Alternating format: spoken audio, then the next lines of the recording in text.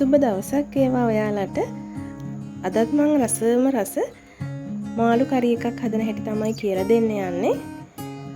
ඒකට අවශ්‍ය කරන ද්‍රව්‍ය ඩිස්ක්‍රිප්ෂන් බොක්ස් එකේ තියෙනවා.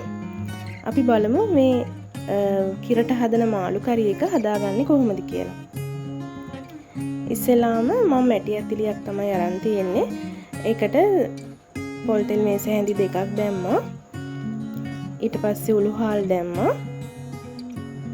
තලාගත්තු ඉඟුරු සුදු ලුණු එකතු කළා. කරපිංචත් එකතු කරනවා. මේ ටික හොඳින් තෙලේ බැදෙන්න අරින්න ඕනේ.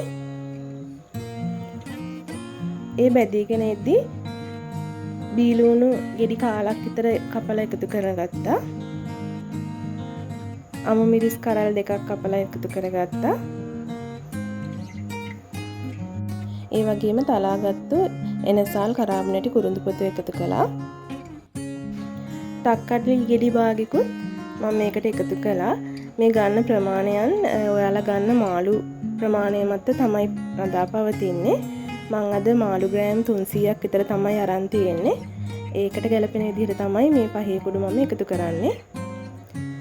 කහ තේ හැඳි භාගයක් වගේ දාගත්තා. ඒ වගේම අමු තුන පහ එකතු කළා. මිරිස් කුඩු තේ හැඳි කාලක් වගේ තමයි එකතු කළේ. මොකද අපි මේක කිරි මාළු එකක් නිසා වැඩි මිරිස් දාන්න එපා. මේ ටික හොඳින් තෙලෙන් ටෙම්පරාදු වෙලා එනකොට මම හොඳින් සෝදාගත්තු කෙලවල්ල මාළු කෑලි ටික එකතු කරගත්තා.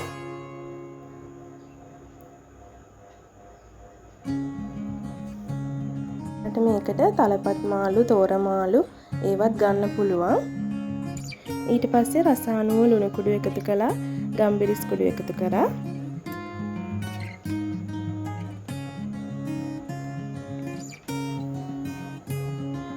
මාළු කෑලි ටික හොඳින් කලවම් කරගන්න.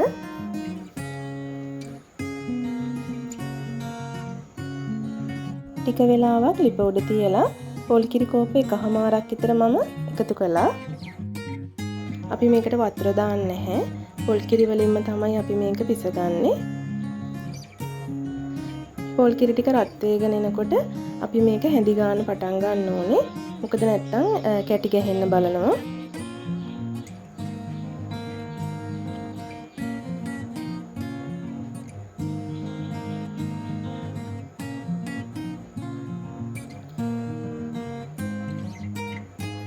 නොනවත්වාම හැඳි ගන්න ඕනේ.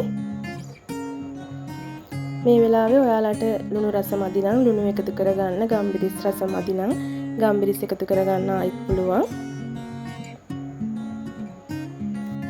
මේ තමයි අපි හදාගත්තු රසම රස කිරි මාළු කරි එක. ඔයාලට ඉක්මනින් පහසුවෙන් හදාගන්න පුළුවන්. හරිම රසවත් ව්‍යංජනයක්. ඉන්දියාප කන්න, පාන් කන්න, බත් කන්න ඔයාලට මේක හදාගන්න පුළුවන්. ඔයාලත් හදලා බලන්න. සමහර මේකට දෙහි ඇඹුල් එකතු කරනවා බෑවට පස්සේ. මම නම් එකතු කළේ නෑ. මොකද හොඳට ඇඹුල් රස තිබ්බා අපි දාපු තක්කාලි වල.